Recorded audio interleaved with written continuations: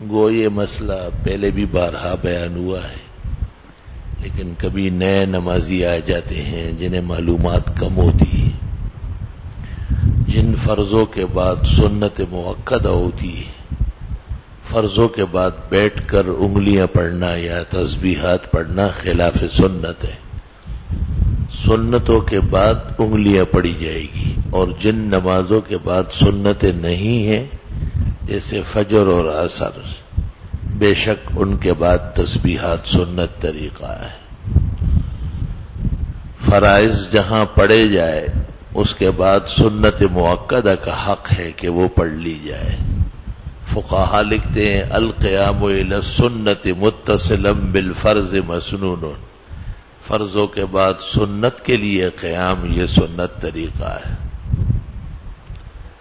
بیٹھ کر انگلیاں پڑھنا اور پھر آرام سے اٹھ کر سنت پڑھتے ہیں، اس طرح سنت فوت ہو جاتی ہے اور خلاف سنت طریقے سے پڑھی جاتی ہے۔ تمام نماز سے فارغ ہو کر پھر انگلیاں پڑھی جائے اور تسبیحات پوری کی جائے، احتیاط فرمائی جائے۔